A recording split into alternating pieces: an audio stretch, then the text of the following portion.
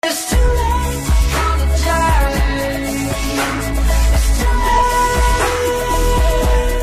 waktu yang lalu, tanah air sempat dikejutkan dengan berita meninggalnya seorang anak akibat bunuh diri. Ditengarai, anak tersebut memutuskan untuk mengakhiri nyawanya karena terinspirasi oleh manga atau komik Jepang yang memang sangat ia gemari. Meskipun hal ini hanyalah sekedar dugaan saja, namun memang Jepang merupakan satu negara dengan tingkat bunuh diri yang cukup tinggi. Bahkan ada sebuah klub atau komunitas yang menjadi wadah untuk mereka yang mendukung cara mengakhiri nyawa yang tak wajar ini. Tentunya klub seperti ini bukanlah klub yang umum ada di dunia. Pemirsa, kami telah merangkum beberapa perkumpulan tersebut dalam klub-klub tak lazim di dunia versi On The Spot.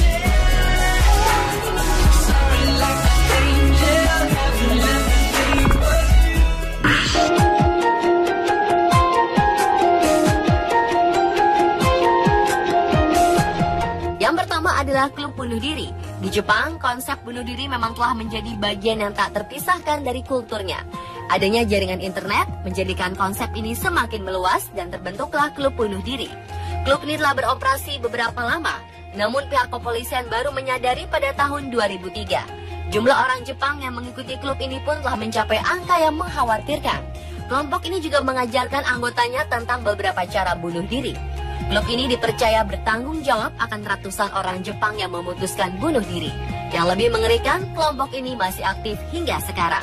Tak hanya di Jepang saja, klub bunuh diri asal Australia yang bernama Exit International juga kian merajalela. Bahkan mereka berani membuka cabang di Inggris. Organisasi ini diprakarsai oleh seorang dokter bernama Philip Nitschke. Ia dipercaya setiap manusia berhak mencabut nyawanya sendiri. Mereka berupaya membantu orang-orang untuk mengakhiri hidup mereka, termasuk orang-orang yang sakit parah dan juga lansia. Apapun yang terjadi, bunuh diri bukanlah solusi dari masalah yang kita hadapi.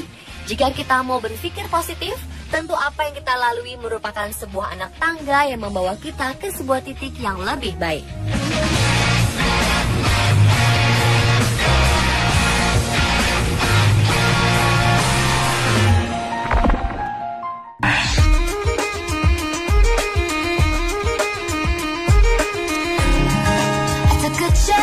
Sebuah klub unik di London menamakan dirinya Dating. Sesuai dengan namanya, para anggota klub ini dilarang untuk berbicara selama bertemu dengan lawan jenis. Meskipun cara kencan diam ini sangat tak biasa, namun popularitasnya semakin tinggi hingga banyak orang dari luar Inggris ikut serta. Dalam setiap pertemuan, para anggota dikenai biaya 20 pound sterling atau sekitar Rp315.000 untuk menghabiskan waktu tanpa sepatah kata pun. Lucy Baker, yang merupakan penggagas klub ini, mengemukakan bahwa dengan diam, hal ini akan membuat seseorang lebih terhubung dengan orang lain. Sebelum kencan dimulai, para peserta diperkenankan untuk melihat biodata setiap anggota. Mereka hanya diperkenankan untuk menatap satu sama lain, berjabat tangan, dan berpindah tempat duduk.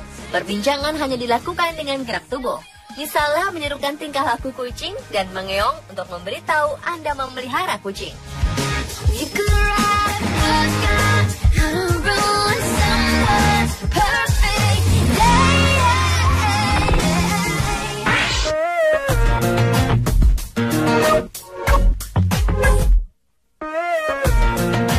Selanjutnya adalah klub crossdresser.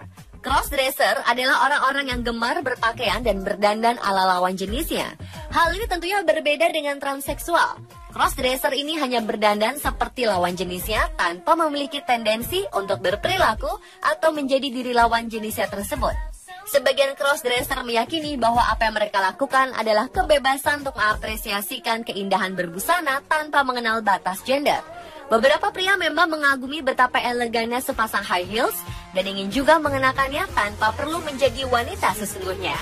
Sebaliknya, beberapa wanita menyukai kesan formal dari setelan tuxedo dengan rambut cepak yang simple sehingga memilih mengenakannya daripada floral dress yang meliuk-liuk jika terkena angin. Klub crossdresser ini tak hanya ada di Jepang saja, namun telah tersebar ke berbagai penjuru dunia. Mereka juga secara rutin menggelar acara-acara untuk berkumpul bersama, tentunya juga sebagai ajang untuk memperlihatkan tampilan unik mereka.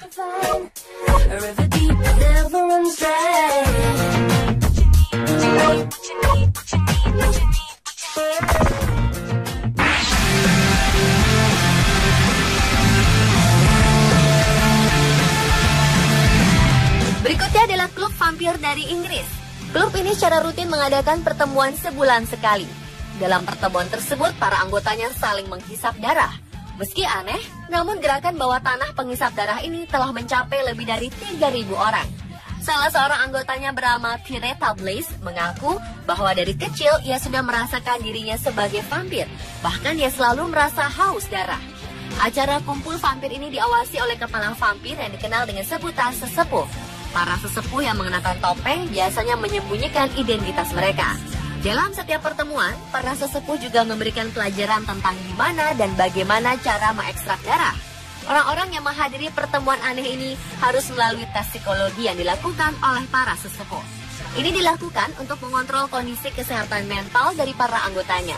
Para anggotanya juga harus berkomitmen serius untuk masuk ke dalam klub vampir ini.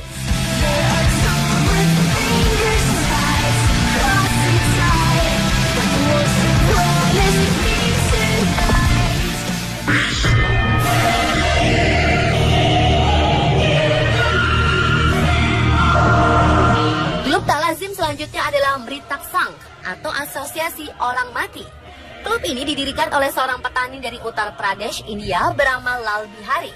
Klub aneh ini memiliki anggota yang dinyatakan meninggal oleh pemerintah, padahal kenyataannya mereka masih hidup. Kala itu Lal Bihari mencoba untuk mengajukan pinjaman bank, namun ia terkejut karena ia telah dinyatakan meninggal dunia pada tahun 1994. Ternyata sang paman menyuap pejabat pemerintah untuk mendapatkan kepemilikan tanah Bihari. Karena mengetahui sedikitnya 100 orang yang memiliki situasi serupa, Lal Bihari memutuskan untuk membentuk sebuah wadah untuk mereka yang secara resmi telah mati. Klub kecil yang dahulu ia dirikan kini telah memiliki anggota sebanyak lebih dari 20.000 orang di seluruh India. Pada tahun 2004, mereka berhasil memperjuangkan 4 anggotanya untuk dinyatakan hidup kembali.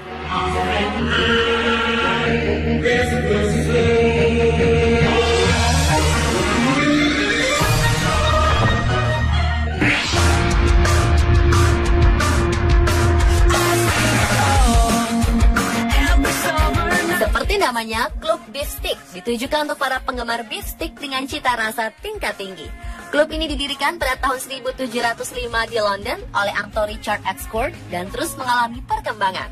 Pada tahun 1785, Prince of Wales bergabung. Uniknya, anggota klub ini hanya dibatasi sampai 24 orang.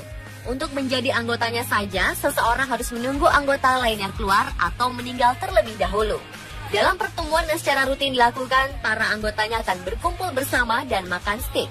Mereka akan berbincang tentang steak-steak yang enak, menyanyikan lagu tentang steak, dan bahkan mengenakan pakaian yang bertuliskan daging sapi dan kebebasan.